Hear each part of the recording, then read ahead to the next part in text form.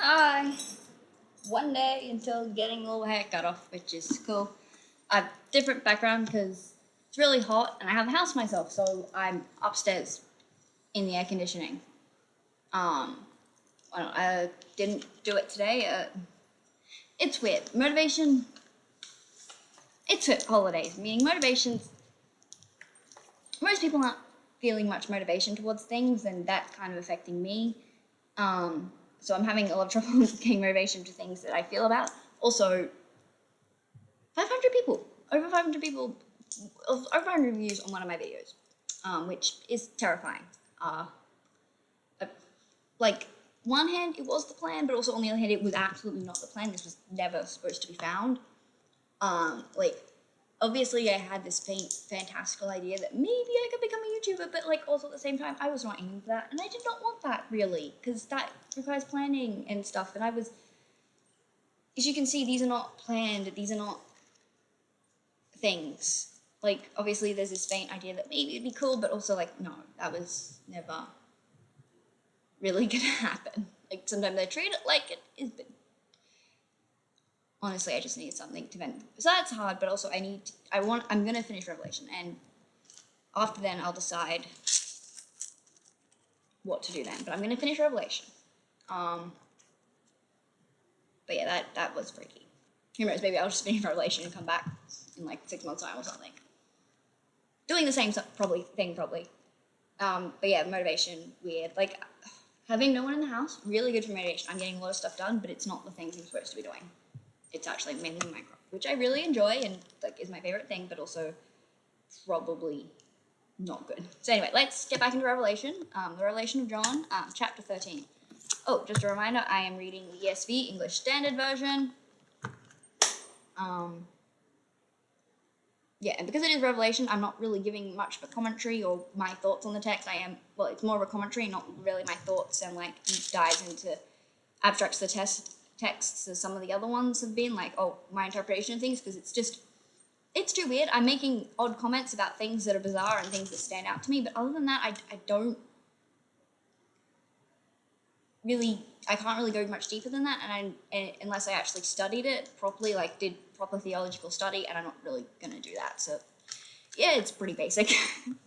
Yeah. So chapter 13, the first beast, and I saw the beast rising out of the sea with 10 horns and 7 heads and 10 diadems on its horn and blasphemous names on its heads. And the beast that I saw was like a leopard. Its feet were like a bear's. Its mouth were like a lion's mouth. And to it, its mouth was like a lion's mouth. And to it the dragon gave it his power and his throne and the great authority. One of its heads seemed to have a mortal wound, but its mortal wound was healed. And the whole earth marveled as they followed the beast. And they worshipped the dragon, for he had given his authority to the beast, and they worshipped the beast. Who is like the beast, and who can fight against it?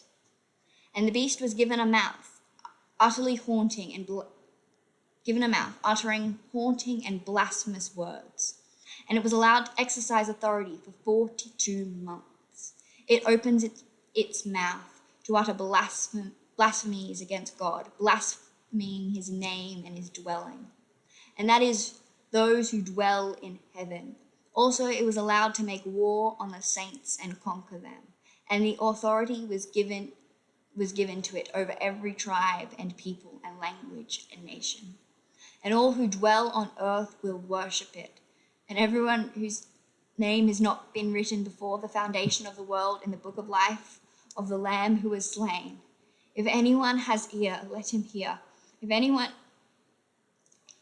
is to be taken captive, to captivity he goes. If anyone is to be slain with the sword he must also be slain.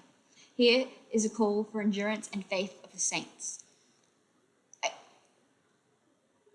All those who dwell on... I think the saints don't count as dwelling on earth. Well, they're definitely written in the book of life, I think, but it's saying everyone who dwells on earth, and that meaning past. I so it's maybe anyone who currently dwells on the earth and who isn't written in book life. It's not an and or, it's an and.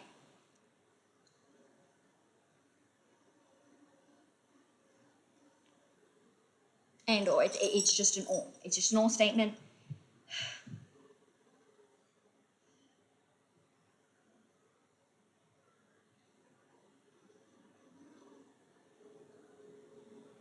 Oh, no, it's not an and or. No, it's not an and or statement, it's just an and statement. If you're living on the earth and your name is not written in the book of life, you worship the beast. Meaning, hopefully, I'll be fine, because, look, hopefully, I'm a Christian. I dedicate myself to that. I hope I do, at least, and I don't know if I fail. I don't want to be a failure. I don't want to serve evil, and I don't want to serve hate. And the opposite, and God is the God of love.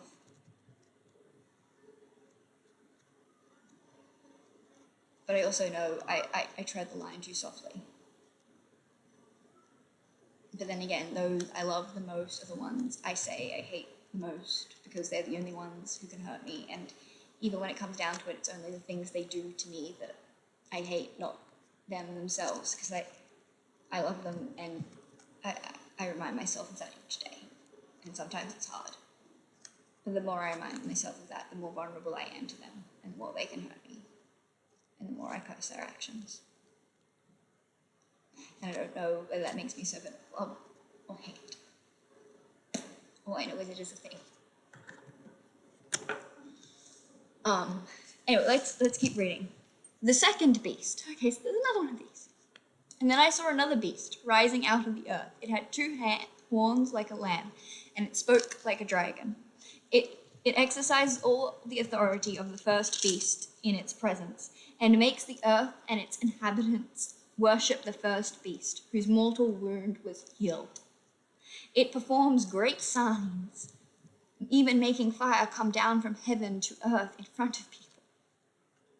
And by the signs that it is allowed to work in the presence of the beast, it deceives those who dwell on earth, telling them to make an image for the beast that was wounded by the sword and yet lived. And it was allowed to give breath to the image of the beast, so that the image of the beast might even speak, and might cause those who would not worship the image of the beast to be slain. Also it causes all, both small and great, both rich and poor and free and slave, to be marked on the right hand or the forehead, so that no one can buy or sell unless he has the mark on the right hand or the forehead, so that is the name of the beast, or the number of its name. This calls for wisdom. Let the one who has the understanding calculate the number of the beast, for it is the number of man, and his number is 666.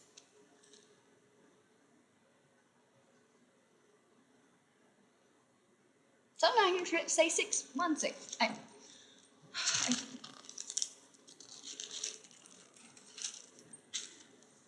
And that's the end.